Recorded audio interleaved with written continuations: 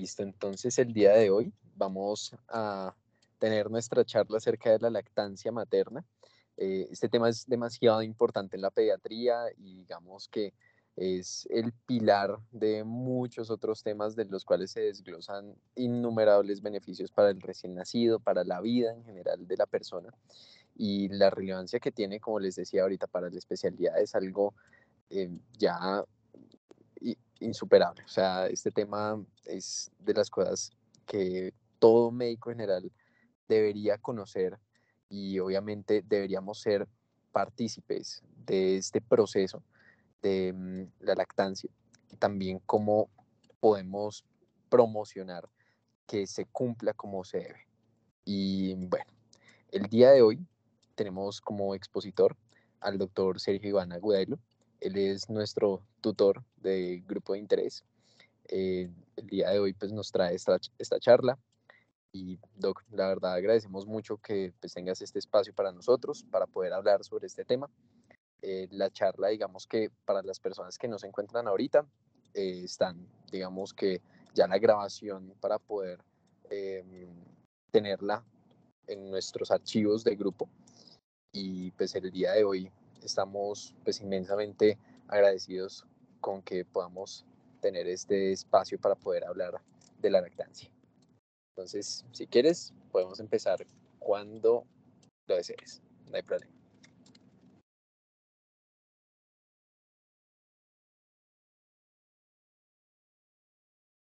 Muchas gracias, Juan Francisco, y a todos los directivos, la mesa directiva del grupo de investigación, del grupo de interés en pediatría, y pues también a todos los que están presentes hasta ahora queriendo aprender un poco de leche humana y leche materna.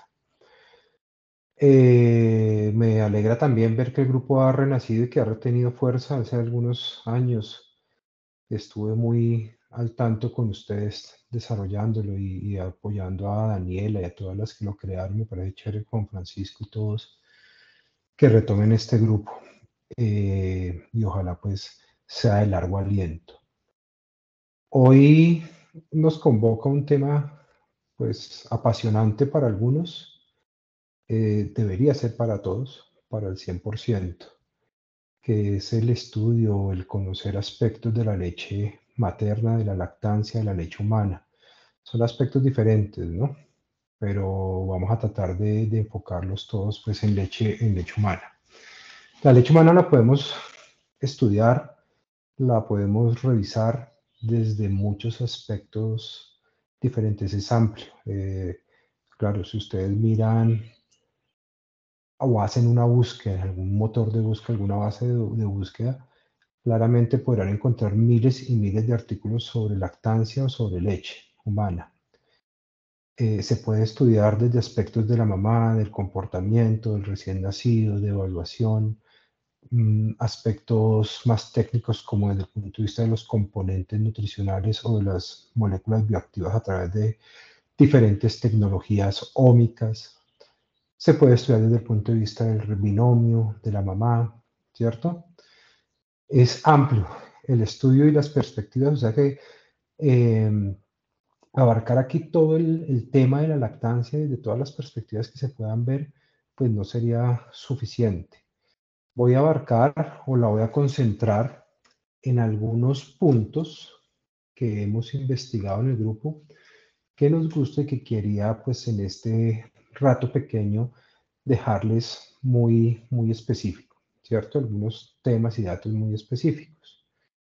Quiero hablar un poquito de la leche materna como una medicina personalizada, de pronto llamarla medicina tiene una connotación de intervención, de tratamiento, de formulación, y esto es todo lo contrario, ¿no? Algo natural, algo fisiológico para todos los niños. Pero si es una medicina personalizada, es exclusiva, es propia para cada niño, y ahora que este tema está tan de boga y es lo último, pues, en la medicina, ¿no? El diagnóstico personalizado, la medicina personalizada, pues me gustaría tocar algunos temas de cómo la leche materna, la leche humana puede llegar a ser una nutrición personalizada e incluso también un tratamiento personalizado para algún grupo especial de niños de alto riesgo. También voy a tocar el tema de la leche materna del neonato en el recién nacido o en el primer mes de vida. Esto no tanto por mi sesgo, ¿no? No tanto por mi sesgo de formación de neonatólogo, sino por unos temas que yo creo que son supremamente importantes, porque si logramos que este neonato o este periodo neonatal y sobre todo el inmediato el niño tenga una lactancia exclusiva, seguramente o aumenta la probabilidad que la tenga o la mantenga después. O visto desde otro punto, si el niño la abandona o ya no es exclusiva en alojamiento conjunto antes del egreso o en la primera semana, pues ya la probabilidad de que no sea exclusiva o que empecemos a incluir sucedáneos en la nutrición del niño es altísima la probabilidad. Sin decir que las otras etapas, tanto como el mantenimiento o el sostenimiento a través del tiempo, exclusiva en los 6 meses y complementada hasta mínimo los 2 años, no sea igual de importante. Y también hay muchos estudios, muchas perspectivas de cómo verla desde esta parte. Pero me parece a mí que una etapa crítica o fundamental en el mantenimiento de la exclusividad y de la salud a corto y largo plazo es lograr esa lactancia temprana. Entonces, sí es por mi sesgo, pero también por algo que me gusta y que trabajo mucho en esa parte. Y si queremos mejorar indicadores, si queremos mejorar las tasas de lactancia, pues definitivamente necesitamos cambiar esa visión de que la leche no es de nosotros, que la evaluación de la lactancia materna no es de nosotros, los médicos me refiero, ni los especialistas ni de los médicos generales, que esto es un tema secundario de las enfermeras o de y no porque las enfermeras o los auxiliares sean secundarios, o no me van a malinterpretar, son sumamente importantes en el acompañamiento del niño y en el manejo con ellas. Nosotros pues nos apoyamos en ellas, son un pivot fundamental, sino que creemos que eso no amerita una evaluación o no amerita un seguimiento y que simplemente es que la enfermera lo evalúe, lo siga y de pronto dé algunas recomendaciones. Entonces necesitamos cambiar ese sesgo imaginativo, esa creencia y empezar a incluir en nuestra evaluación, en nuestro trabajo diario como médicos, ya sean especialistas o de primera o de atención primaria, esa evaluación y saber cómo solucionar esos problemas de la lactancia. Entonces quiero empezar diciéndoles pues que esto no es nuevo, ¿no? Aquí todos, yo podría venir a decirles pues la lactancia materna es el alimento ideal para el niño y es lo mejor porque tiene beneficios en la salud a corto y largo plazo. Eso creo que todos lo sabemos, ¿cierto?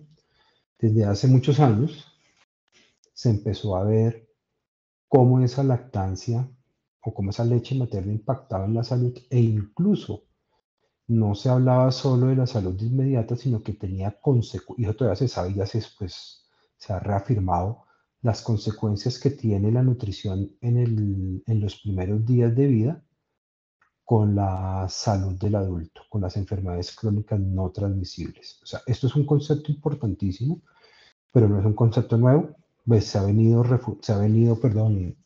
soportando con todas esas tecnologías nuevas ómicas y con todos los desarrollos tecnológicos, y pues nos han dado más luces y más claridad, pero definitivamente pues es importantísimo para la nutrición y tiene consecuencias a largo plazo en la salud del adulto. Eso es otro tema importante que ustedes se tienen que llevar.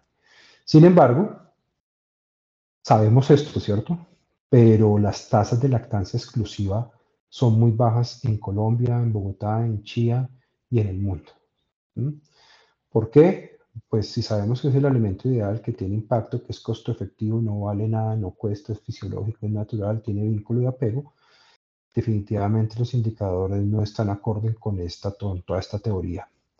Alguna vez la Academia Americana de Pediatría, pero allá en el 84, dijo, y esta es la idea que todavía tenemos muy arraigada y que debemos trabajar, ¿no? Que cuando yo soy en un país desarrollado, tengo ingresos económicos altos o tengo la capacidad de comprar una fórmula, pues en ese escenario la lactancia o la leche materna podría pasar a un segundo plano y sería solo importante en países o en sitios o en familias con recursos limitados. Eso fue un artículo, lastimosamente, que salió hacia el 84 en la Academia Americana de Pediatría, hizo medio, hizo profundo, obviamente mucha otra información, y aún se cree que es más beneficioso, obviamente toda la parte económica de la industria que está metida en esto, junto con todas estas ideas que se arraigaron, creemos que el sucedáneo de la leche, o sea, la fórmula, la mal llamada fórmula, ¿no? Pero para que me entiendan, el sucedáneo es mucho mejor que la leche. ¿M? Y se arraigó, sin embargo, pues trataron de desembarrarla.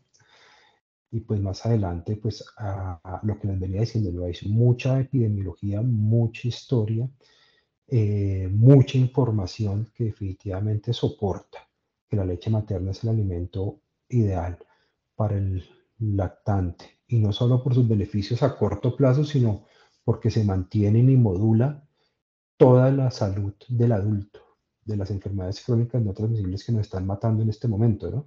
Toda la parte cardiometabólica, la obesidad, el infarto y la hipertensión se puede modular y se puede prevenir desde este momento. Entonces, pues ese balance, ¿cierto? No es claro por qué tenemos toda esta evidencia, pero por qué los indicadores hablan de otra cosa, por qué lo hacemos, por qué es tan difícil lograr esa lactancia materna exclusiva y ustedes pues son uno de los primeros pilares que nos pueden ayudar a cambiar eso. Bueno, como les decía, pues yo creo que esta diapositiva no es nueva para todos los que estamos acá y sobre todo si es un grupo de interés en pediatría, pues mucho más interés en la leche humana, ¿no? Es el alimento ideal, todos lo sabemos, todo lo podemos pasar rápido, en los primeros 6 meses de forma exclusiva, en los primeros 6 meses de edad, y complementada hasta por lo menos 2 años o más, dice la OMS, ¿no? ¿Y por qué? Pues también pues, toda la evidencia está en que desde el punto de vista nutricional, este niño, estos componentes son los ideales para la madre, perdón, los componentes, pero se me está moviendo aquí. ¿Alguien la está moviendo? No, soy yo. Es el alimento ideal pues, por sus componentes nutricionales que son propios en cada fase del crecimiento del niño y también pues porque es claro y sabemos que tienen muchos otros componentes o moléculas biológicamente activas no nutricionales que tienen la capacidad de interactuar con los sistemas en desarrollo del niño para poder modular todo el sistema inmune, todas las respuestas adecuadas y por eso termina siendo llamada actualmente la mejor y la única medicina personalizada. Es para cada niño, para cada uno. Y además también la llamo yo medicina personalizada porque algunos ambientes que no vamos a tocar hoy, como el niño críticamente en la unidad o el canguro en crecimiento ambulatorio o algún niño con alguna enfermedad o con necesidad especial, podríamos también estudiarla y hacerla a través del estudio de las ómicas, la mejor medicina personalizada para lograr mejores desenlaces en estos niños en escenarios especiales. También pues por todas sus moléculas bioactivas que mejoran el neurodesarrollo, mejoran las defensas contra infecciones, disminuye la mortalidad por infecciones el primer año de vida, ¿cierto? Y toda esa inmunomodulación a corto, mediano y largo plazo que se logra. Recientemente, se lo recomiendo, salió este artículo en Lancet del grupo de lactancia materna de Lancet, que periódicamente están sacando artículos sobre el desafío más grande que tenemos, y hablan mucho de lo que les estaba comentando, ¿no? El desafío grande que tenemos sabiendo que es el mejor alimento y que tiene beneficios, pues el desafío que hay frente a la sociedad actual en la cual no se está usando, no se formula o no sabemos de leche materna y no estamos logrando los indicadores ideales. Entonces, un marco de trabajo. ¿Cuál es el objetivo final cuál es el objetivo final? Y aquí más o menos este esquema es el que vamos a seguir en la charla, ¿cierto? Una iniciación oportuna de la lactancia materna, periodo neonatal, temprano, inmediato, contacto con la piel, apenas el niño nace, alimentación temprana, me han escuchado en las clases.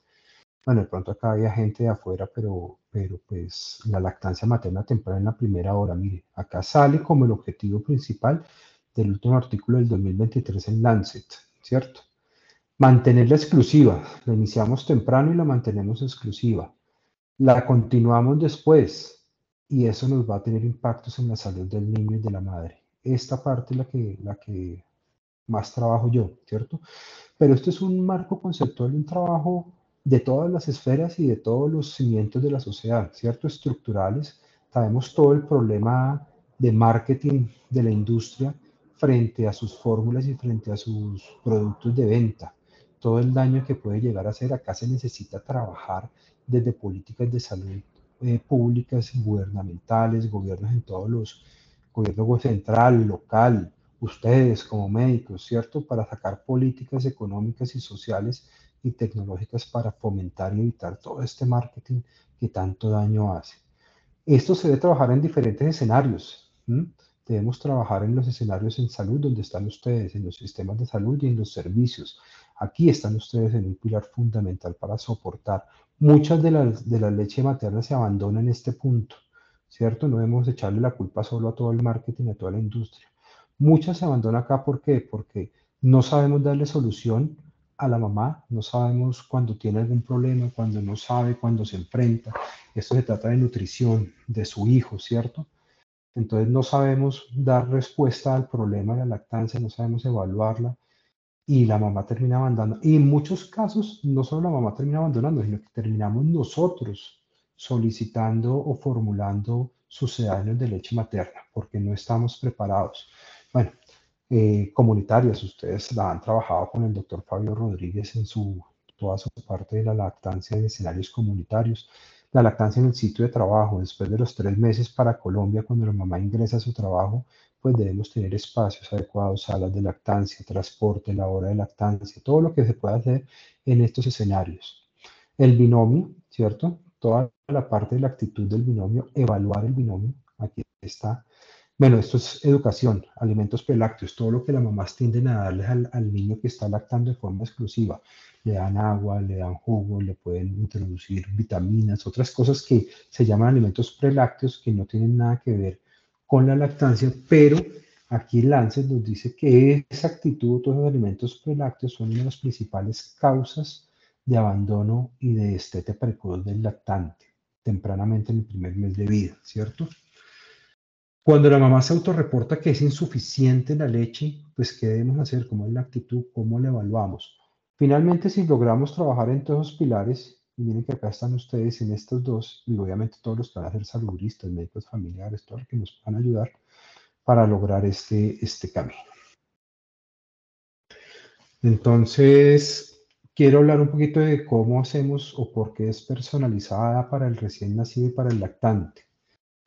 Desde el punto de vista nutricional, no hay dudas que la leche materna es el alimento o la nutrición cesa para el niño, ¿cierto? Es completa, es equilibrada, es suficiente y es adecuada, que así debe ser la nutrición en todas las etapas de la vida. Completa, equilibrada, suficiente, adecuada. Es la que le da al niño la nutrición completa, viene equilibrada, no tenemos que hacerle nada, no tenemos que empezar a suplementarla con hierro, no tenemos que suplementarla con ácidos grasos pufas como hacen los sucedáneos o la industria, no tenemos que suplementarlos con oligosacáridos, con prebióticos ni probióticos, porque es completa, equilibrada y es lo que necesita el niño. Además es equilibrada y adecuada porque ustedes saben que la leche materna cambia dentro de las diferentes etapas de crecimiento, se adapta si es un bebé prematuro, se adapta si es un bebé a término, se adapta si está en el primer mes de vida y luego si el niño está en fases de crecimiento. Cambian sus componentes, pero también cambia su componente dentro del día, si es la noche, si es la mañana, y cambia además dentro de la misma succión al seno. El componente al inicio de la leche materna puede ser diferente al final. Todo esto se está adaptando para en la etapa de crecimiento y para las necesidades diarias de la hora del bebé. Es personalizada para él. Y esa personalización la usamos o la podemos usar, y es una de las líneas de investigación, en el neonato prematuro o críticamente enfermo en la unidad, ¿cierto? Cómo tras identificar diferentes componentes y cada fase, cómo podríamos personalizar o qué moléculas podríamos, o cómo una leche con tantos componentes bioactivos o con tanta cantidad de ácido grasa, podríamos formularla dentro de la unidad para mejorar desenlaces en un niño que no está creciendo bien, por ejemplo, o en un niño que tiene riesgo de enterocolitis necrotizante y queremos mejorar todo su perfil de moléculas bioactivas. ¿Mm? Pero bueno, estamos en el sano, en el ambiente de alojamiento conjunto, en el ambiente de seguimiento y de consulta, y esa es la alimentación CESA. Además, también sabemos que tiene componentes no nutricionales, moléculas bioactivas, moléculas biológicamente activas, que interactúan con los sistemas y los órganos del lactante, modulando su desarrollo y su expresión. Esto es importantísimo porque todas esas moléculas bioactivas del niño pueden en esta etapa hacer toda esta parte de tolerancia inmunológica que es tan importante para la prevención de enfermedades a largo plazo, enfermedades alérgicas, enfermedades atópicas y enfermedades cardiometabólicas, ¿cierto? Como las enfermedades crónicas no transmisibles. Por ejemplo, el tipo de ácido graso de la leche materna es un cardioprotector a largo plazo. Estos pufas y esos ácidos grasos esenciales que da la leche materna no lo tiene la leche de la vaca, no la tiene la leche cuando se modifica. Intentan suplementarla, pero no la tiene. Tiene moléculas como los oligosacáridos que modulan todo el microbioma intestinal del niño y además de ser de defensa, son unos prebióticos. Y esa colonización del microbioma, ahorita lo vamos a hablar, modulan la presentación de anticuerpos y antígenos en un periodo temprano de la vida, lo que puede ayudar a hacer una mejor tolerancia inmunológica, que ese sistema inmune se programe y responda de una mejor forma para largo plazo. Entonces, la leche materna tiene beneficios con estos componentes nutricionales y no nutricionales, tiene beneficios a corto y largo plazo, especialmente en el sistema inmune, en la defensa, pero también en la inmunomodulación de ese sistema para otro tipo de enfermedades a largo plazo, ¿cierto? Entonces, a corto plazo disminuye la susceptibilidad de infecciones, del riesgo de infección, y esto se da a corto plazo, pues sabemos que se da principalmente, acá hay un pequeño resumen de algunas moléculas, por la inmunoglobulina A secretora, que es la principal. La inmunoglobulina A secretora se encuentra en mayor cantidad y en mayor concentración en el calostro. Casi que el 90% del calostro es inmunoglobulina A secretora. Se considera la primera vacuna del niño, ¿no? Pues no es vacuna como tal porque no genera una respuesta inmune, pero pues sí se habla de vacuna entre los pediatras y entre la gente, pues porque ofrece mucha protección, ¿no? Esa concentración de inmunidad puede ir bajando después en las siguientes etapas de la lactancia, pero sigue siendo importante para la modulación y toda la defensa de mucosas. Los péptidos o las moléculas antimicrobianas como la lactoferrina, los oligosacáridos, ¿cierto? Los mismos células CT que puede tener son antimicrobianos. Prebióticos y probióticos, leucocitos, factores de crecimiento que tiene la leche humana. Y a largo plazo, esa presentación de antígenos y anticuerpos tempranamente en la vida y ese establecimiento de ese microbioma van a hacer que haya una tolerancia o una modulación de la respuesta TH1, TH2 de forma adecuada para que a mediano y largo plazo también se logre disminuir o variar o por lo menos modular esas respuestas o susceptibilidad a infecciones y a enfermedades alérgicas. Entonces, finalmente, también esto es importante, acá se lo subrayo, a corto plazo, si lográramos incrementar como lo ideal, virtualmente todos los niños recibieran lactancia exclusiva, nos ahorraríamos 823 muertes anuales en niños menores de 5 años. Mire que no estamos hablando solo del periodo natal. Si logramos que sea exclusiva esos 6 meses y que se mantenga después, vamos a tener impactos en los siguientes meses, días, años. ¿Mm? Principalmente por su impacto en enfermedades infecciosas. Ya les comentaba, pues en la diapositiva anterior, todos los componentes no nutricionales o bioactivos que impactan en esas infecciones a corto plazo, ¿cierto? Y a largo plazo, ya también les comentaba que influencia el desarrollo del sistema inmune y la susceptibilidad a largo plazo de enfermedades, El niño alimentado con leche materna disminuye el riesgo de obesidad por su ácido, por el tipo de ácido graso, por la alimentación, por la cantidad, por la proteína. Recuerden que el exceso de proteína en los primeros 1000 días es un factor de riesgo inmenso, es obesogénico, ¿cierto? El niño alimentado con leche materna tiene menor riesgo de obesidad a mediano y largo plazo eh, por el tipo de ácido graso y por muchos otros componentes, pues son algunos ejemplos.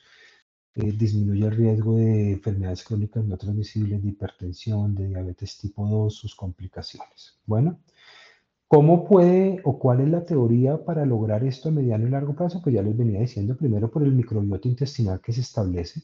Este microbioma intestinal temprano en la vida es un factor fundamental en la salud a largo plazo, no solo para las infecciones, sino cómo toda esa carga antigénica que hay en el microbioma intestinal es una carga importante para el sistema inmune de un niño que está en desarrollo, ¿cierto? Y ese sistema inmune, cómo interactúe o cómo logre esa modulación de las respuestas TH1 o TH2, van a ser fundamentales para prevenir las infecciones y toda la parte metabólica a largo plazo, toda la modulación de esa respuesta inmune, toda esa tolerabilidad, ¿cierto?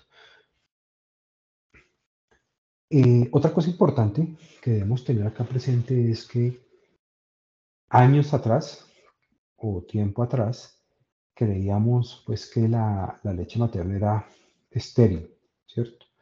Actualmente hay evidencia que sugiere lo contrario. ¿Mm?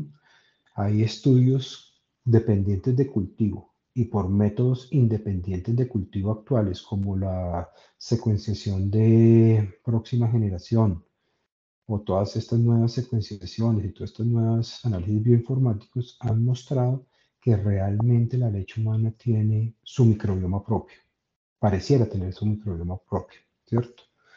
Y aunque la gran mayoría de estudios o los que sabemos pueden ser bacterias, ¿sí? También se ha estudiado por métodos independientes de cultivo presencia de virus, especialmente bacteriófagos. Es supremamente importante estos bacteriófagos virales para la defensa y para la modulación a largo plazo. Hongos, ¿cierto? Podrían tener también hongos la leche materna. Se ha identificado un microbioma inmenso. ¿Cuáles son las bacterias que más se repiten o se presentan? Staphylococcus y los géneros Staphylococcus y los géneros Streptococcus. Incluso hay algunos estudios, hay un estudio que muestra que hay diferencias en las bacterias a niveles geográficos e incluso yo creía que según la alimentación, ¿cierto? Pero aunque se encuentran diferencias geográficas, los 90-95% de los microorganismos siempre persisten en esas diferencias, son los estafilococos y los estreptococos, que deben ser importantes. Y otros supremamente importantes pues, son los probióticos propios, los probióticos de la leche materna, el bifidobacterium lactobacillus. Y acá es supremamente importante e interesante porque aunque el estafilococo y el estreptococo son los géneros dominantes en el microbioma de la leche humana, y el niño alimentado por leche humana, cuando uno mira, bueno, cuando uno no, cuando los investigadores miran el microbioma intestinal y cómo se desarrolla, el género predominante es el Bifidobacterium lactobacillus. O sea, no hay un predominio, sí hay bastante y mucho, pero no son los que predominan son estos. Pero definitivamente el niño que se alimenta con leche materna predomina son los géneros Bifidobacterium lactobacillus, que son probióticos y son las bacterias benéficas que están produciendo beneficios a corto, mediano y largo plazo, ¿cierto? Acá hay entonces importante reconocer, aparte de todo esto que puede tener que se ha identificado, entonces el establecimiento del microbioma intestinal depende de la transmisión vertical de los microorganismos. El intestino del neonato apenas nace es estéril y este se va a colonizar dependiendo de la alimentación y del medio en que lo tengamos. Si yo me lo llevo para la unidad neonatal, separo ese vínculo, si no es necesario esa separación, si lo hospitalizo porque de pronto pasa algo, debemos estar muy, muy pendientes de esa separación porque lo voy a empezar a alimentar, va primero a tener un ambiente de contacto en la unidad, manos de enfermeras, manos de médicos, y va a ser alimentado con sucedáneo, con fórmula, con tetero.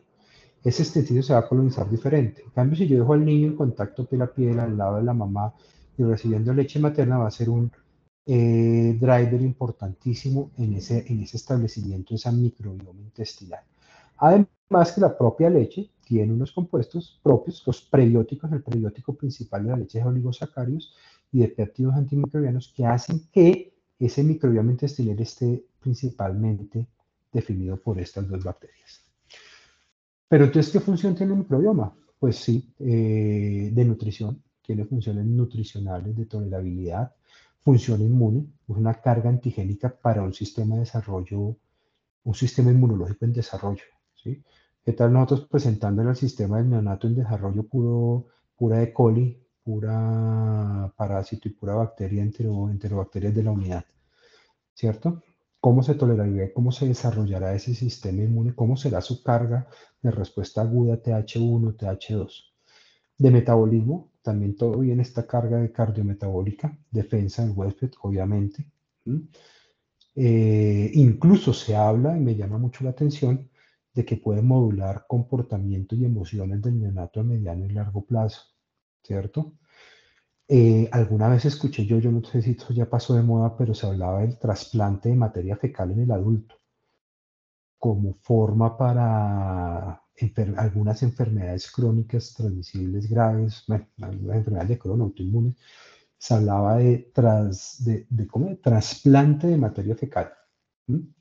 Para poder modular todo el sistema inmune del adulto. Entonces imaginen lo que estamos haciendo, en vez de hacerlo ya esperado cuando sea viejito que me trasplanten la materia fecal, pues cómo lo vamos a instaurar desde pequeño para que todo esto sea mejor tolerable, ¿cierto? Y la pregunta que a mí siempre me ha surgido, ¿de dónde viene? O sea, pues es que el microbioma de la leche materna no siempre pensó que era estéril. ¿Y dónde puede originarse en esas bacterias? Pues hay dos grandes teorías, ninguna demostrada, ¿cierto? Una es que, primero que es, pues por lo que los corinobacterios, los estafilococcus, los streptococcus, por la succión del bebé en la boca, ¿cierto? Puede ser un flujo retrógrado de todas estas bacterias que están en la piel normales y de la cavidad oral del bebé que puedan entrar retrógradamente cuando se alimenta y cuando hay succión, ¿cierto? Y que se establezca esa flora en estos conductos lactíferos. La otra teoría estudiada, no, esta pues, pareciera ser la más aceptable, ¿cierto? Pero la otra teoría estudiada es que hay una o existe una ruta enteromamaria, ¿cierto? Hay una translocación de bacterias intestinales de la madre a nivel intestinal, viajan por linfáticos, ¿cierto? Y terminan siendo traslocados a través del epitelio mamario. Son teorías de dónde pueden venir, no hay nada aclarado, no hay nada cierto, pero sabemos que por lo menos no si son propias, si por este lado se le está pasando algún tipo de microbioma benéfico a ese neonato. Bueno, voy a entrar un poquito ahora haciendo, esto es un recorrido muy grande, además por el tiempo me da pena con todos ustedes muy juiciosos acá aprendiendo de leche humana aspectos diferentes. Pero pues es un panorama para que miremos todo lo que podemos mirar, trabajar, estudiar, investigar y aprender de leche humana. Todo esto que hemos trabajado en el grupo de investigación de pediatría del Departamento de Pediatría con las ómicas, hemos hecho algunos estudios de ómicas, saber cómo esos componentes nutricionales y biológicamente activos pueden ayudarnos al lactante prematuro en bancos de leche, ¿cierto?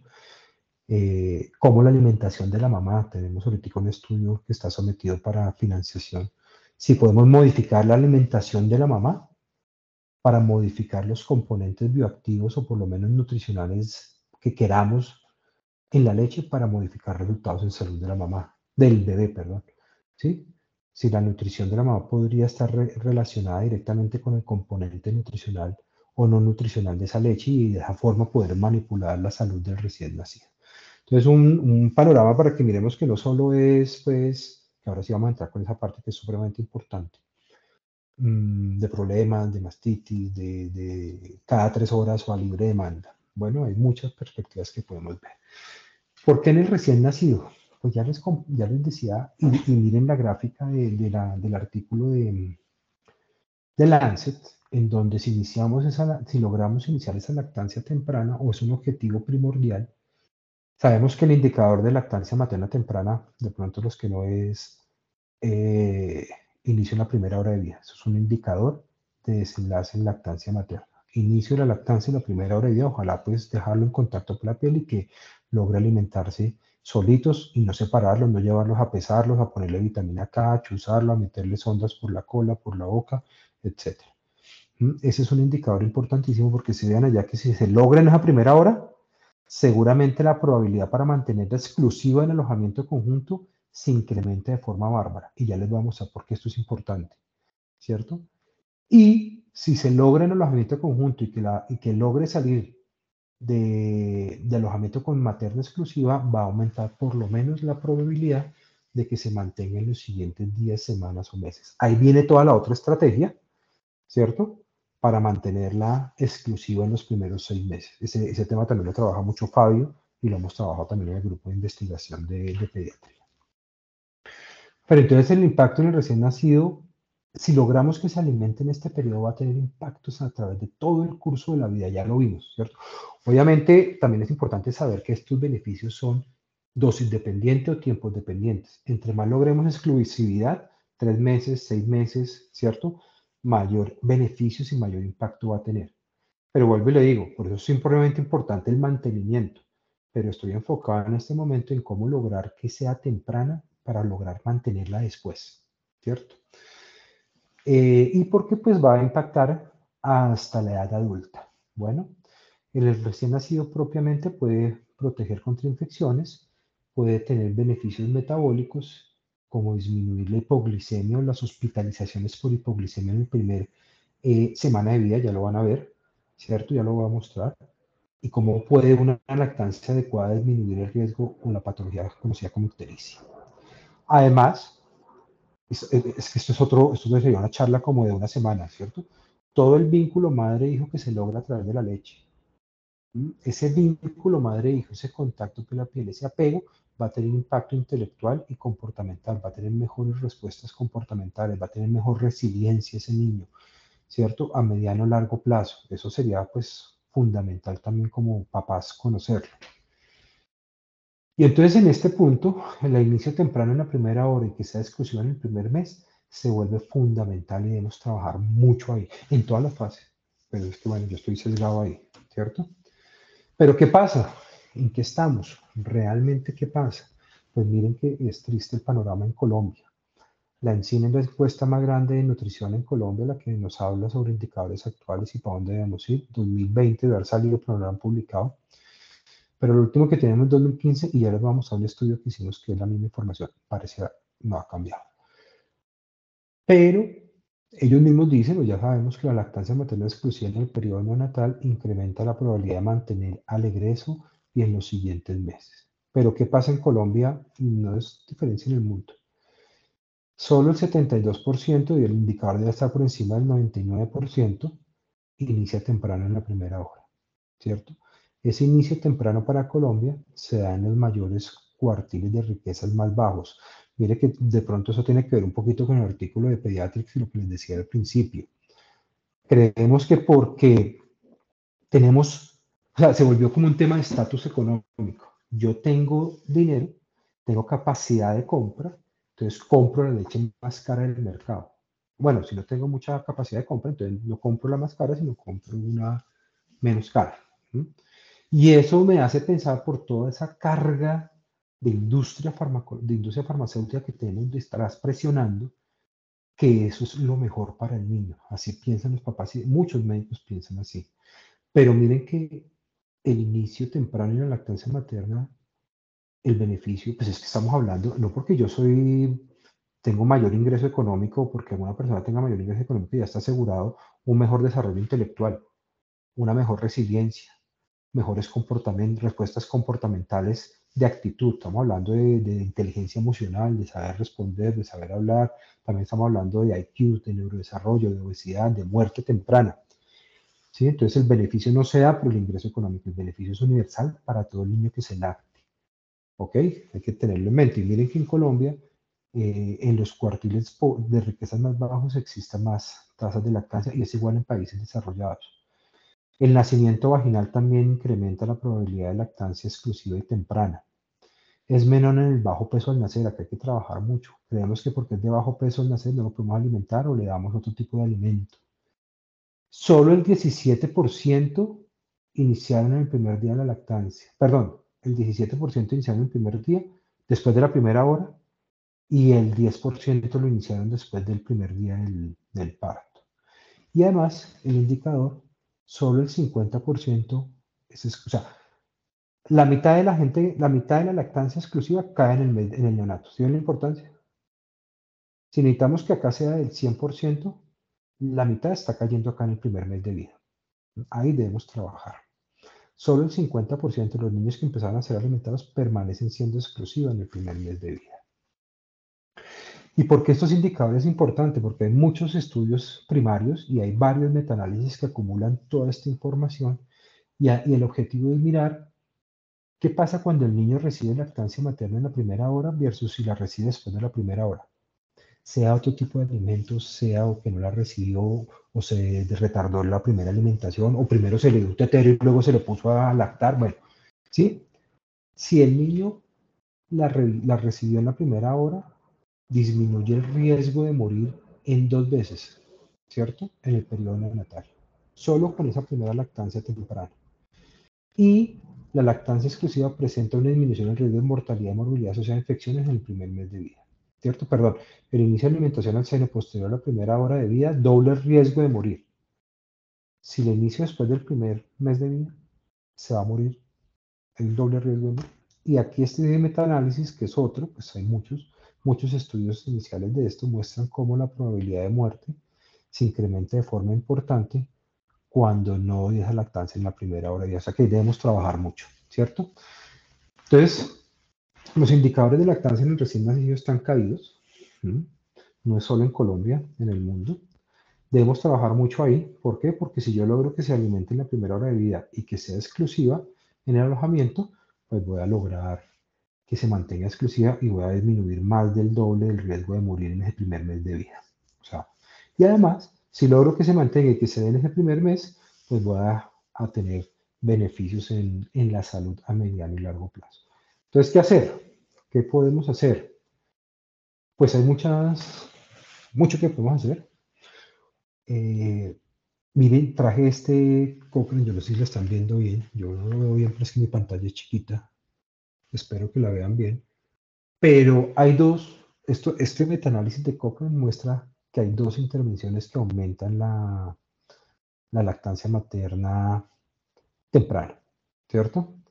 En el recién nacido. Primero, la educación, pero no pues sí, o sea, educar a los papás, pero están hablando de que el personal de salud, el personal encargado de la atención del binomio, se eduque, ¿cierto? Sepa de lactancia, sepa resolver problemas. Si ustedes se educan en la lactancia, en cómo llevarla a cabo, en cómo resolver los problemas asociados a la lactancia, en cómo evaluarla, ¿sí? Y usando este otro lado de acá, este otro cuadro acá es usando, por ejemplo, diferentes técnicas de educación como multimedia, ¿m? Aumentan la probabilidad de que tengamos lactancia materna o promueve la lactancia materna exclusiva, el inicio de la lactancia materna exclusiva y el mantenimiento en el periodo neonatal. Y otra intervención, bueno, la otra intervención importante también es, por eso existe el alojamiento conjunto, ¿no? Antes, yo no sé, bueno, ustedes son muy jóvenes, pero yo veía en la Palermo, en la Restrepo, muchos años, o cuando uno veía películas gringas, uno veía que el niño lo dejaban en una sala de la nursery, la sala ya de enfermería, y la mamá separada. Eso cambió hace muchos años, ¿cierto? Y el alojamiento conjunto y evitar la separación binomio madre-hijo incrementa y mejora las tasas. Entonces deben promover el alojamiento conjunto y el vínculo. Además también hay estudios y evidencia, por ejemplo, las visitas en el alojamiento conjunto por gente que no sea el papá, ¿sí? Entonces viene la abuela, viene el tío, viene el primo, que toda la familia saludar al chino. Eso es un periodo solo de los binomios del papá, ¿cierto? El papá debe estar atento ahí a ver qué pasa y cómo apoyo y cómo ayudo. Pero es un periodo único del binomio. Las visitas en el alojamiento conjunto disminuyen la lactancia exclusiva en ese periodo neonatal inmediato. Y ya hemos visto la importancia de mantenerla en alojamiento. Entonces, cuando ustedes vayan a decidir hospitalizar, separar o hacerle algo al recién nacido, llénense de razones, porque mantener o romper mejor ese vínculo, ese apego, va a tener consecuencias importantísimas, no solo en la lactancia, sino en todo lo que tiene que ver con esa neuromodulación de la oxitocina, el cortisol, que va a dar mejores resultados a mediano y largo plazo comportamentales y de desarrollo. Y otra estrategia fundamental es el contacto piel a piel. Creo que me han escuchado hablar mucho del contacto piel a piel, es aquella intervención de colocar al niño totalmente desnudo, solo cubierto con una frazada y con la cabecita con su gorrito en los pechos desnudos de la mamá. Es un momento único, un momento que tiene una neurobiología importantísima. Aquí se está produciendo oxitocina, ¿cierto? Y esa oxitocina, bueno, en la mamá va a producir más leche, va a producir más eyección de leche, va a disminuir el dolor, va a disminuir la depresión postparto. Recuerden que la oxitocina se conoce como la hormona del placer, ¿no? La hormona, todo chévere. Y el niño también está produciendo oxitocina. Esa oxitocina va a promover a nivel cerebral también la secreción de muchos neuroesteroides que junto con la oxitocina van a programar o van a ayudar a la arquitectura cerebral y cortical, lo que al mediano plazo va a mostrar mejores reacciones comportamentales y de respuestas. Además, si se separan, este niño empieza a producir cortisol. Cortisol es la hormona del estrés y va a producir una programación de su sistema inmune, va a producir problemas ahí neurológicos. Entonces, un momento único entre los dos que debemos promover y debemos proteger. Aquí este estudio, esta revisión sistemática muestra cómo el contacto piel a piel incrementa versus no ofrecerlo. Todos sabemos que el contacto piel a piel es la estrategia ideal, ¿no? Estos estudios dicen contacto piel a piel versus no ofrecer contacto piel a piel. Estos, ¿cierto? De este autor. El contacto piel a piel versus no aumenta la probabilidad de la lactancia materna temprana, o sea, en la primera hora. Y también incrementa el tiempo de la primera lactancia, ¿cierto? O sea que es una estrategia fundamental para esos indicadores del recién nacido, pero además hay otra revisión, otro metaanálisis de Cochrane, en el cual el contacto piel a piel también aumenta la probabilidad de mantenerla o de la exclusividad en los primeros 3 meses. Pero es que el camino o la explicación es que el contacto piel a piel incrementa la primera lactancia, incrementa el tiempo de duración de la primera lactancia, incrementa la exclusividad en el alojamiento, y ese es el camino y de ahí viene la evidencia para mantener la exclusiva en los primeros 6 meses. Entonces tenemos educación de ustedes, ¿cierto? Deben educarse, deben capacitarse en temas de resolución de problemas, de evaluación, todo lo que sea de lactancia, eso incrementa. Evitar la separación, romper ese vínculo madre-hijo tempranamente y el contacto piel a piel. Son unas intervenciones además costo efectivas y sencillísimas.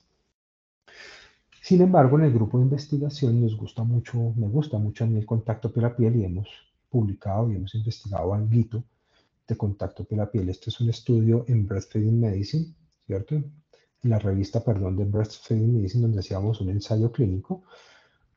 Claro, a alguno de ustedes yo les podía hacer la pregunta, ¿han visto colocar al bebé en contacto piel a piel? Pues seguramente no, eso tiene muchas barreras. Eso hay unos estudios que también hicimos con unos residentes, ahorita están de residentes ya, y mirábamos muchas barreras, hay barreras asistenciales. La enfermera quiere salir del turno o barreras de costos, ¿cierto? ¿Cuánto tiempo me dura a mí la sala ocupada 1 hora para mantener al niño en contacto piel a piel? O la enfermera tiene muchas cosas que hacer, tiene que alistar a la mamá, tiene que poner el pañal, tiene que marcar al niño, tiene que hacer sus papeleos. Tiempos del mismo médico, creo que no es ajeno, bueno, doctor, el peso, el Apgar, el Valar, ya, la vitamina K, cuánto pesó, cuánto talló, ta. Barreras propias de conocimiento por desconocimiento, ¿cierto? Entonces hay muchas barreras de colocarlo en contacto con la piel y lo que se ve más frecuente, aunque eso es otra cosa, ¿no? O sea, la leche materna sabemos que es lo mejor, pero no la usamos. El contacto con la piel tiene efectos biológicos, neurológicos y en la salud y no lo usamos. Y nada, yo creo que es porque no son costosos, ¿no? Yo creo que porque es que valen 0 pesos. Pero entonces mirábamos, bueno, si no se está usando, miremos 2 momentos de inicio del contacto con la piel. ¿Será lo mismo colocarlo de forma inmediata y dejarlo ahí con todas las barreras que hay? O evaluarlo en un ensayo, colocándolo de inmediato y otro grupo que le hagan todas sus medidas y luego lo devuelvan al contacto piel a piel en la primera hora. Y en los desenlaces del neonato veíamos que no habían diferencias, bueno, habían diferencias en el momento en que se inició la primera lactancia en los dos grupos. Entonces llamamos un grupo inmediato, o sea, como se debe hacer, o la intervención estándar, que era mantenerlo desde el principio sin separarlo y retardar 1 hora o más todas las intervenciones del recién nacido, o el contacto temprano, que era hacer lo que se hace, pero volverlo en contacto, o sea, llevarlo, pesarlo, tallarlo, ponerle todo, durarlo 10, 15, 20 minutos y devolverlo en la primera hora al contacto piel a piel. Y veíamos que no habían diferencias en ninguna de los desenlaces importantes del recién nacido, excepto por el momento de inicio de la lactancia. Pareciera ver que cuando es inmediato, hay menos minutos en que se dio la primera lactancia al seno, o sea, el indicador importantísimo de la primera hora. Pero no habían diferencias en la exclusividad a mediano y largo plazo, o sea, a los 6 meses, a los 3 meses, ni tampoco en la hospitalización ni en otros enlaces importantes. Hacíamos un análisis secundario de que si ese tiempo de 22 minutos versus 27 minutos podría llegar a ser importante en las tasas de hospitalización y de adversos, y no era pues, o sea, inicial a los 20 minutos, inicial a los 27 minutos pareciera que no había importancia en otros. Entonces empezábamos a plantear de pronto que una forma de romper todas esas barreras de no usar el contacto con la piel era, bueno, tienen muchas barreras, tienen problemas de tiempo, están afanados por irse a dormir, por irse a comer, entonces háganlo, pero después déjenlo, hagan todas las intervenciones, pero vuélvanlo y pónganlo en contacto piel a piel. Luego también mirábamos, en un estudio de nosotros, qué pasaba a largo plazo con ese niño en la lactancia. Si ya sabíamos que el contacto piel a piel versus no hacer nada mejoraba la lactancia en los primeros 3 meses, queríamos seguirlos y seguimos los niños hasta los 6 meses y publicábamos los resultados. No habían diferencias si usted lo iniciaba temprano, acá está el inmediato versus el temprano, en un ensayo clínico con 300 pacientes, no habían diferencias tampoco en el mantenimiento de la exclusividad. Entonces, ¿hacia dónde iban las recomendaciones y hacia dónde recomendamos nosotros? Pues con evidencia propia de nosotros.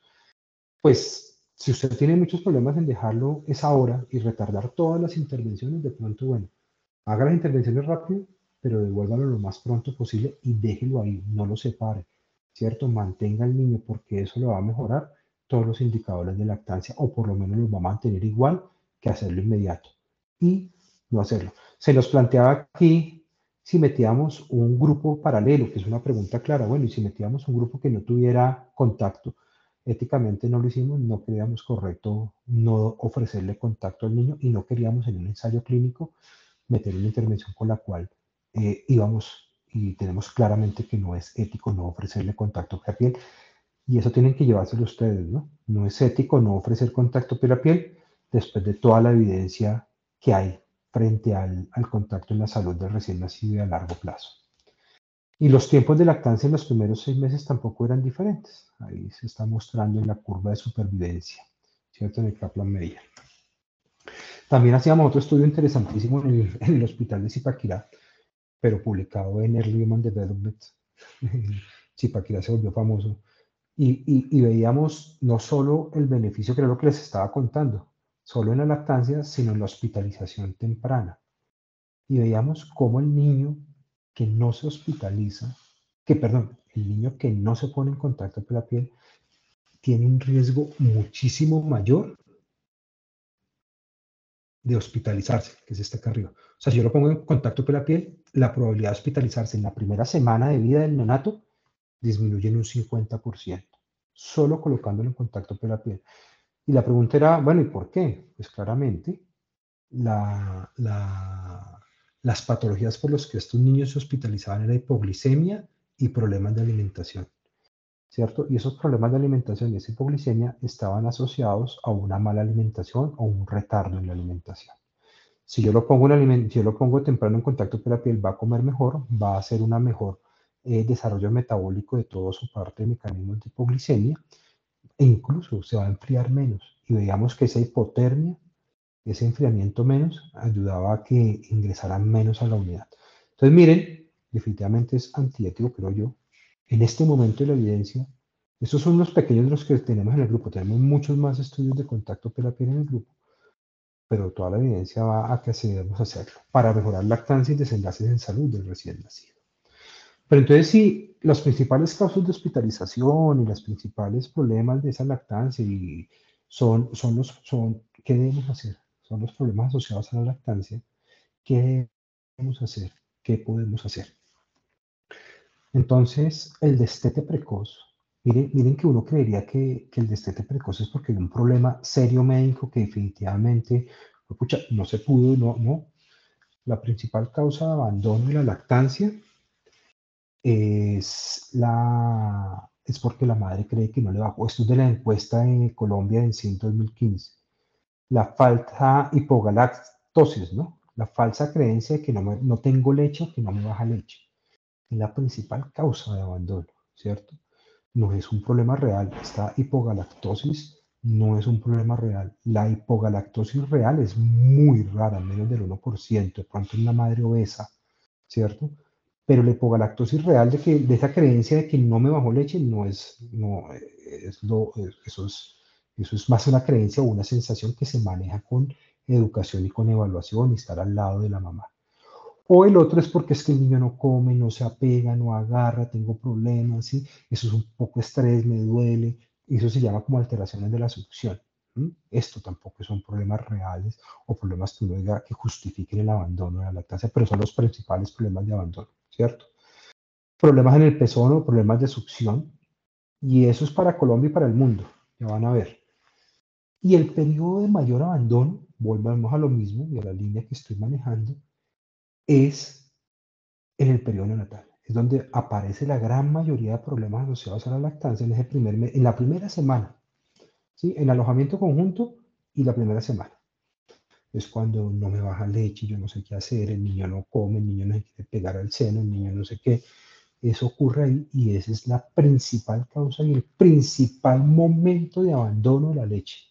Y ahí debemos trabajar mucho, ¿ok? ¿Y cómo podemos trabajar?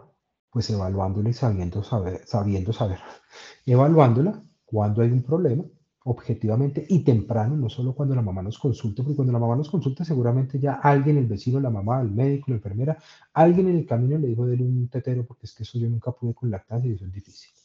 Entonces hay que hacerlo preventivamente, evaluándola siempre en toda consejería, en todo encuentro con la mamá. ¿Ok? ¿Y por qué evaluarla? Pues porque va a ayudar a definir qué mamá requiere intervención, ¿cierto? Pueden observar objetivamente la técnica de la lactancia materna. Bueno, ¿y cómo hacerlo? Pues hay varios instrumentos. ¿Cuándo hacerlo? Pero ya se los dije, ¿no? Pues yo lo recomiendo preventivamente en alojamiento conjunto. Apenas el niño, en la primera hora, empezar a evaluarlo objetivamente con instrumentos. No se trata de, uy, si este niño está comiendo, uy, no, no está comiendo, mamá, venga, que venga la enfermera, sino usar instrumentos objetivos con evidencia para poder detectar rápidamente y tempranamente el niño que va a tener o que tiene uno de estos problemas, la hipogalactosis, que tienen problemas de succión, que tienen problemas del pezón, ¿cierto? Del seno, para intervenirlos oportunamente. Bueno, hay muchos instrumentos en la literatura, les voy a hablar de tres, pero básicamente todos evalúan el agarre, la técnica y la transferencia de leche. Son los signos más importantes. El agarre diría yo que es el más importante. Si el niño agarra bien, va a succionar bien, va a bajar leche, va a desaparecer la falsa hipogalactosis, no van a aparecer dolores en el seno, fisuras en el seno, va a haber una buena técnica y va a haber una adecuada transferencia de leche y entonces el niño no va a quedar con la sensación de hambre, de llorar, el niño llora, no come, ¿cierto? Y esos instrumentos evalúan esas esferas. Pues el más recomendado, creo que todos lo han trabajado, es el de la UNICEF, el de la Consejería de la Lactancia Materna, que tiene 5 secciones. Están las generales, los pechos, la posición del bebé, el agarre, uno lo mira. Hay algunos signos que se miran directamente con el niño al seno y otros cuando no está al seno. Pero básicamente si yo llego a poner algún chulito acá en la lista de chequeo, es porque hay un problema y debo intervenirlo inmediatamente. Y debemos saberlo intervenir. ¿No se agarra bien? Bueno, venga, mamá, le enseño a coger el agarre hasta que no esté seguro. Es que la mamá tiene signos de hipogalactosis. Venga, eso es el reflejo de la oxitocina. Coja a su bebé, póngalo en contacto piel a piel, háblele, escúchele, llore. Todo eso mejora todo ese reflejo para que mejore la producción y la bajada de la leche. Hay otros instrumentos, también he hecho acá la cuña. Estos instrumentos, el IFAT y el LACH, lo validamos en el grupo de investigación para Colombia. Se hizo una validación traduciéndolo y para ver si podía usarse en Colombia. ¿Cierto? El IFAT es un instrumento que está hecho para el periodo neonatal inmediato en alojamiento conjunto. Es muy motor, es muy práctico, ¿cierto? Y también lo mismo, si yo detecto algo, lo intervengo. O el LACH, que también lo validamos para Colombia, y se habla que es el Apgar de la lactancia. ¿Sí? Se le llama el Apgar.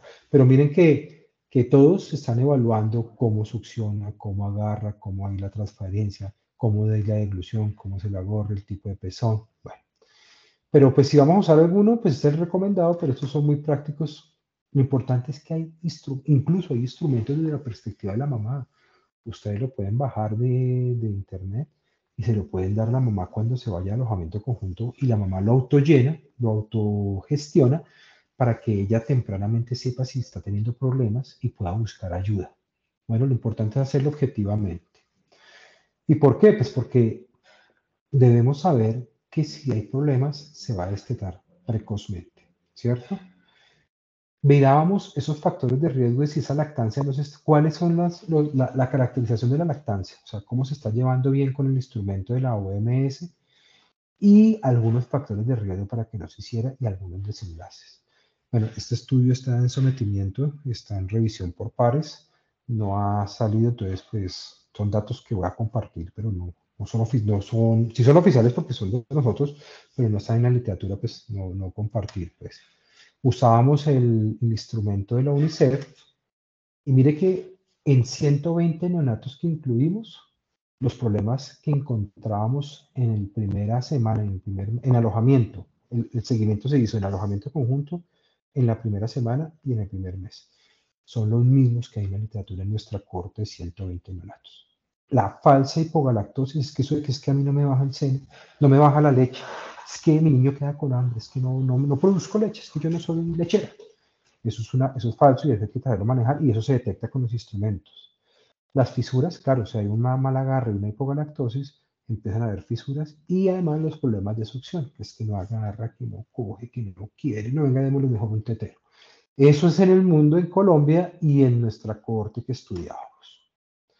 ¿Cierto? Bueno, los principales problemas eran la posición y el agarre, eran los primeros, y en la succión, eran los principales problemas que veíamos. Y finalmente, pues me salto todos los resultados, pero ¿cuáles eran los factores? Porque ustedes tienen que empezar a detectar tempranamente en el niño que tiene una mala técnica. ¿Cuáles eran los factores de riesgo que encontrábamos para que esa mamá en alojamiento conjunto empezara a tener una mala técnica, o no mejor, mala técnica, no, empezara a tener problemas de succión y mala técnica? Entonces, si era un primer hijo, si era una multípara, había más probabilidad de que tuviera una mejor técnica y menos problemas, ¿cierto? Entonces, ¿qué quiere decir esto? Pues si tiene una nulípara, una primípara, empiecen a trabajarle tempranamente, ¿cierto? Sigue que si era primípara, disminuía el riesgo, disminuye la probabilidad, perdón, eso no es riesgo, disminuye la probabilidad de que tenga una lactancia efectiva, bueno, o de que comience a tener una lactancia efectiva. El niño que nacía por cesárea disminuye el 80% de probabilidad que tenga una lactancia efectiva en alojamiento conjunto. O sea, si usted se en alojamiento conjunto o antes de nacer una mamá primípara, o no tenga hijos previos que hayan lactado, era la pregunta inicial, o que nazca por cesárea, ya de entrada son de riesgo para no tener una buena lactancia en ese periodo crucial. Era lo que estamos mostrando en este estudio, ¿cierto? Y además, si mostraba algún tipo de los problemas asociados a la lactancia, o sea, si tenía hipogalactia, no agarraba bien, si no tenía succión, todos esos que vimos acá, también si no lo tenía, si no tenía, aumentaba la probabilidad de tenerla efectiva y de mantenerla. Entonces, ojo con esos factores de riesgo. En el alojamiento empezar a hacer la evaluación de la lactancia y mirar esas mamadas de riesgo.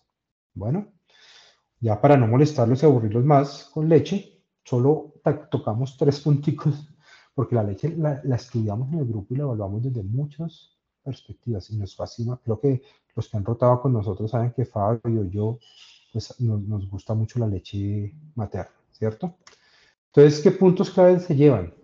Es una nutrición personalizada, por sus componentes nutricionales, sus moléculas bioactivas, que impactan en la salud a corto, largo y mediano plazo, ¿cierto? La base de la medicina personalizada ideal del niño y del lactante. La lactancia materna exclusiva en el periodo neonatal incrementa la mayor probabilidad de mantener a largo plazo. Y el principal periodo de abandono de la lactancia es el periodo neonatal, incluso la primera semana y alojamiento conjunto. Por tanto, ahí debemos tener intervenciones y debemos evaluar la lactancia, como educándose, contacto piel a piel, capacitándose en educación, contacto piel a piel y disminuir la separación o no separar, no romper el vínculo. Y por tanto es importante que ustedes evalúen objetivamente la lactancia y tempranamente, porque es una oportunidad, una ventana de oportunidad para mejorar las tasas de lactancia, porque les va a permitir objetivamente y preventivamente detectar el binomio que está en riesgo de destete, tiene problemas, y si tiene problemas tiene un riesgo incrementadísimo de abandonarla y generar intervenciones. Y esas intervenciones van a estar basadas en su estudio y su capacitaciones en resolución de los problemas. Bueno, eso era lo que les quería compartir y les traía hoy. No sé si tengan alguna pregunta. Perfecto, Doc. Pues primero agradecerte, en verdad la charla cumple el objetivo de definitivamente decirles a las personas los beneficios que tiene esto y la evidencia que existe para poder decir que tiene todo el sustento científico para poder promocionarla. Yo tenía una pregunta, digamos que a lo largo de la charla vimos cada uno de sus beneficios, las limitantes que existen ahorita de la parte asistencial sobre todo y cómo pues eso han pasado obstáculos para que se pueda tener una buena lactancia materna desde el minuto, bueno, desde la primera hora de nacida. Pero ahora la otra parte, digamos que contraindicación, digamos, lo que pues, uno llega a escuchar como la galactosemia clásica o escucha como las infecciones tipo, sí, el VIH en la madre, llegan a haber contraindicaciones absolutas relativas en la lactancia materna y también condiciones en el neonato, sobre todo, que llegan como a limitar este tipo como de el ejercicio del acople, del contacto piel a piel desde de forma temprana. Entonces, digamos, actualmente, ¿cuál podría ser una contraindicación todavía para poder empezar la lactancia materna sin ningún problema? Y también en qué neonatos nosotros podríamos decir como todavía no empezamos la lactancia materna. O sea, en qué casos decimos como esperamos o definitivamente no la deberíamos dar. Vale, Juan Francisco, bueno, muy importante la pregunta, ¿no? Yo empezaría haciendo la introducción a la primera respuesta de la primera parte, pues, que las contraindicaciones reales y absolutas son tan escasas como ocurre con los problemas reales a la lactancia, los problemas asociados a la lactancia. Que haya una hipogalactosis verdadera, ya les conté que eso es muy raro, son problemas muy que se han de manejar, ¿cierto? O sea, problemas reales que uno diga, no. Entonces, contraindicaciones absolutas y reales son escasas, son lo menos frecuente, lo más frecuente es que el niño pueda comer, ¿cierto? Entonces hay que tenerlo en cuenta también, y también tenemos que prepararnos y capacitarnos de saber cuándo vamos a no dar leche materna, cuándo vamos a recomendar otro tipo de alimento o un sucedáneo. No para que ocurra como estamos haciendo ahora, ¿no? De que, ay, no tiene, de pronto no come, no tiene buen agarre, de la fórmula, sino realmente cuando está indicada y debemos formular una fórmula de un sucedáneo. Claramente, pues el VIH es una contraindicación absoluta. La galactosemia es una contraindicación absoluta. El uso de algunos medicamentos anticancerígenos o antituberculosos activos ¿cierto? Los medicamentos, contrario a lo que uno creería, son más bien pocos o escasos los que contraindican la leche.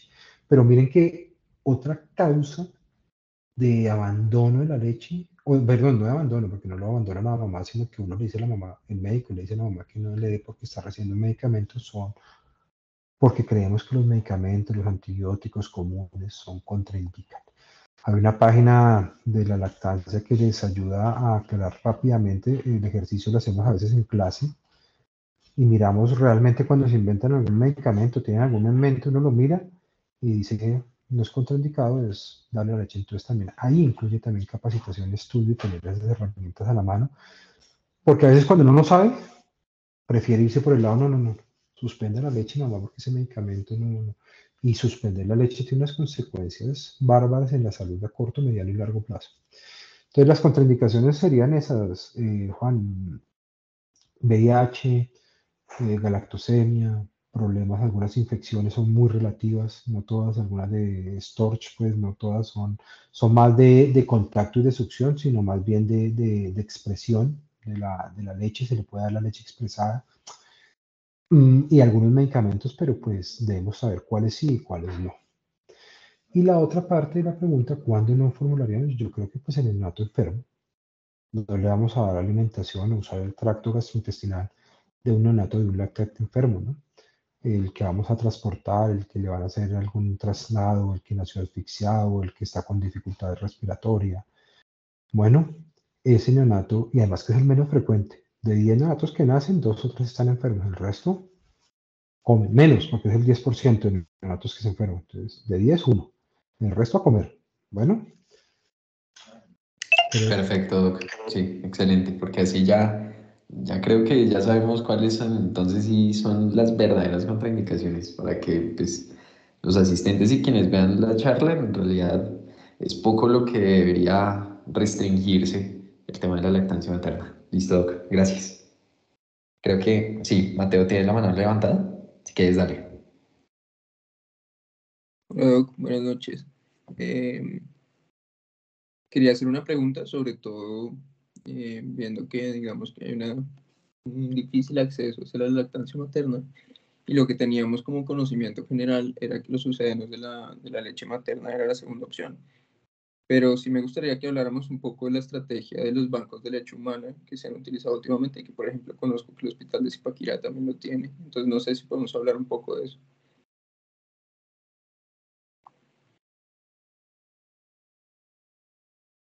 Estaba hablando acá con el, sí, estaba hablando con el micrófono apagado. Sí, súper. Es que eso es otra charla. Los bancos de leche. El banco de leche humana es una estrategia que va unido a promover el uso de la leche humana en el niño y en el lactante, tanto a OMS a nivel mundial, a nivel OMS a nivel gubernamental general y a departamental y local, ¿cierto? La estrategia de los bancos de leche humana se acopla y debe ir también enlazada en la leche materna, ¿cierto? Los bancos de leche humana, pues de pronto los que no conocen algo muy rápido es utilizar leche de madre donante, de leche de madre que está lactando, que es candidata a donante y dona. Esa leche donada pasa por un proceso especial en los bancos de leche, y como dice Mateo, en Zipaquirá hay uno muy bueno, ¿cierto? Avalado por los brasileños y por el ministerio, es excelente. Pasan por un proceso especial de pasteurización, de análisis microbiológicos, de muchos análisis, y finalmente termina siendo para uso. Actualmente esos bancos de leche están para uso, especialmente en neonatos en la unidad neonatal, en neonatos críticamente enfermos, ¿cierto? La primera opción de alimentación es la leche de su propia mamá. Pero un neonato enfermo en la unidad, pues la mamá, hay separación, vínculo, apego, se pierde todo este proceso fisiológico de la lactancia y la probabilidad que tenga suficiente leche para darle a su bebé o para dejárselo es baja. Entonces, cuando no está propia o está baja, la segunda opción ideal es la leche de banco. Y bueno, si ya no es ninguna de las dos, pues ya está el sucedáneo. ¿Hacia dónde queremos ir? Y pues Mateo, gracias por la pregunta, creo que él estuvo y sabe. Estamos haciendo un proyecto también con residentes estudiantes sobre una red, bueno, yo la llamo coloquialmente ruta lechera, pero pues es sobre el uso de los bancos de leche y una ruta de leche de bancos. Porque realmente, Mateo, yo creo que la segunda opción en un niño ambulatorio, un canguro ambulatorio, un niño con riesgo nutricional ambulatorio debería ser la leche de banco, por lo menos fortificada, y hacia allá queremos ir, ¿cierto? En muchos países y en otras zonas geográficas usan la leche de banco también para el niño ambulatorio. Entonces, sí, sí se debería usar, sí es una buena estrategia. Obviamente necesitaríamos fortificarla, necesitaríamos hacer otras cosas pues para poderla hacer nutricionalmente adecuada para ese niño. Y obviamente otra segunda parte de esto, otra cara de la moneda, es que cuando se pasteuriza, pues claramente ya sabemos que si le metemos un golpe de calor, Holder, la técnica Holder, que es la que se usa en los bancos de Colombia, pues esa pasteurización, ese golpe de calor, pues podrá inactivar muchos componentes, no todos, pero sí una gran cantidad de componentes bioactivos de los que ya hablamos. Mantiene la parte nutricional y se pierde un poquito o alguna parte de los bioactivos, pero igual, pues frente a darle la sucedáneo o no darle nada, pues sigue siendo mejor darle la leche de banco. Vale, gracias, Doc.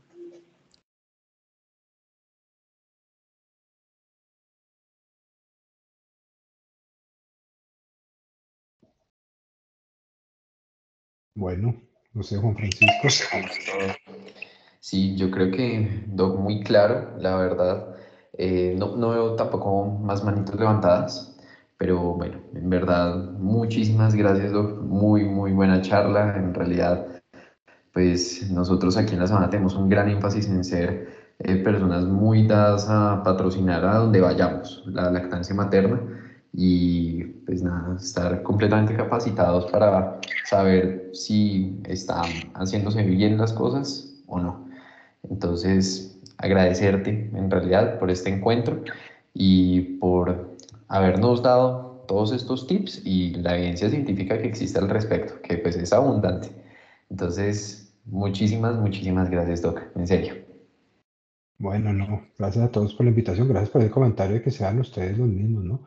Esa es la idea que tenemos con Fabio en el grupo de pediatría, ¿no? El departamento de pediatría, que ustedes se vuelvan defensores, no fanáticos, porque como decía Francisco, cuándo no dar, pues hay que saber cuándo suplementar y cuándo no dar, no fanáticos, sino bien, con conciencia, con evidencia, conciencia y con todo esto para podernos defender y saber frente a qué situación estamos. Entonces, bueno, muchas gracias a todos en el grupo Perfecto. y en el grupo de interés, en el grupo de investigación abiertos a todos los que quieren investigar en leche materna, en leche humana, en todos sus escenarios.